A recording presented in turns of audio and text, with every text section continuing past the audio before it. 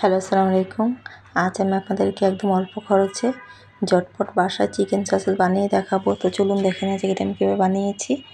এখানে আমি 400 গ্রাম পরিমাণে মুরগির বুকের মাংস ভালোভাবে ধুয়ে পরিষ্কার করে পানিটা ঝরিয়ে একটা ব্লেন্ডারের মগে নিয়ে নিয়েছি। আর মাংসটা আমি ছোটো ছোটো টুকরো করে কেটে নিয়েছি, আর এটাতে বুকের মাংসই লাগবে। এখন এই মাংসটা আমি ব্লেন্ড করে নিচ্ছি। তো প্রথমে ঢাকনা লাগিয়ে আমি 1 মিনিটের মতন এটা ব্লেন্ড করে নিব। তো মাংসটা আমি কিমা করে নিলাম, আর মাংসটা ব্লেন্ডার করাতে এটা একদম কিমা হয়ে গিয়েছে।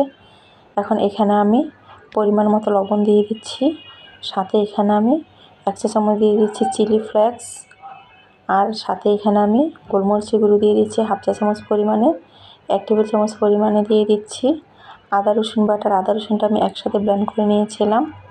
এখন এখানে আমি 2 টেবিল চামচ পরিমাণে দিয়ে দিচ্ছি ময়দা, আর 2 টেবিল চামচ পরিমাণে দিয়েছি কর্নফ্লাওয়ার, সাথে একটা ডিম দিয়ে দিচ্ছি।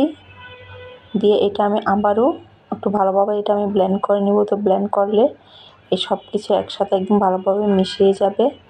তো এটা আমি ব্লেন্ড করে তারপর এটা আমি ফিরে আসছি। তো এটা আমি ব্লেন্ড করে নিলাম। এখন এটা আমি একটা বোলের মধ্যে ঢেলে নেব। আর এটা ব্লেন্ড করাতে সব কিছু একসাথে একদম ভালোভাবে মিশিয়ে গিয়েছে। তা আমি এখন বোলের মধ্যে ঢেলে নিচ্ছি। তো এগুলো ঢেলে নিয়ে একটু ভালোভাবে মিশিয়ে আর এগুলো দিয়ে আমি এখন সসেজ বানিয়ে নিব।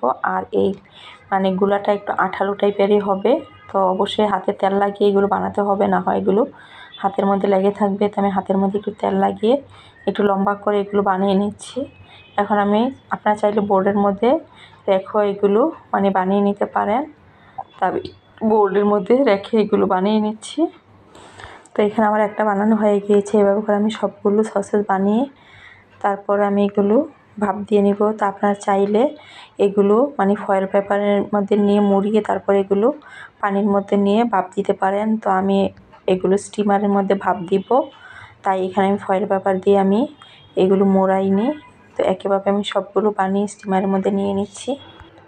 তো আমি সবগুলো বানিয়ে স্টিমারের মধ্যে নিয়ে নিলাম। এখন আমি রাইস কুকারের পাতিলের মধ্যে পানি ফুটতে দিয়েছি। এখন পানির উপরে দিয়ে এগুলো আমি ভাপিয়ে নিব। আর আপনার রাইস কুকার না থাকলে এগুলো ফয়েল পেপার দিয়ে মুড়িয়ে তারপর এগুলো পানির মধ্যে দিয়ে এগুলো 10 মিনিটের মতন সেদ্ধ করলে এগুলো হয়ে যাবে। তো আমি এটা 10 মিনিটের মতন স্টিম করে নিব। 10 মিনিট পর আমি ফিরে আসছি। তো 10 মিনিট পর আমি ঢাকনাটা উঠিয়ে নিচ্ছি। আর এগুলো ফুলে আমার একদম ডাবল হয়ে গিয়েছে। এগুলো আমি আরও চিকন চিকন দিয়েছিলাম। এখন এগুলো আমি উঠিয়ে নিচ্ছি। তো উঠিয়ে অবশ্যই এগুলো পানিতে ভিজিয়ে দিতে হবে। তো আমি আগে থেকে ফ্রিজে একটা বোতলের মধ্যে পানি রেখেছিলাম। তো আমি একদম ঠান্ডা পানি এগুলোর মধ্যে দিয়ে দিচ্ছি।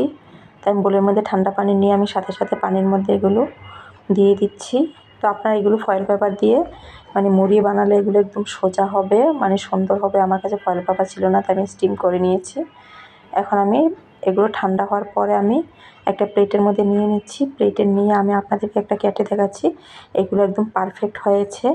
আর যখন বাচ্চারা খেতে চাইবে তখন এগুলো ভেজে দিতে পারবেন। আর চাইলে কিছু ডিপ ফ্রিজে এগুলো সংরক্ষণ করে রাখতে পারেন। তো দেখেন আমার ভিতরটা একদম সসেজের ভিতরটা একদম পারফেক্ট হয়েছে।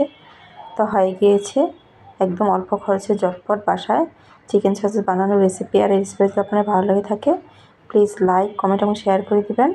সবাই ভালো থাকবেন, সুস্থ থাকবেন। আজ এ পর্যন্তই।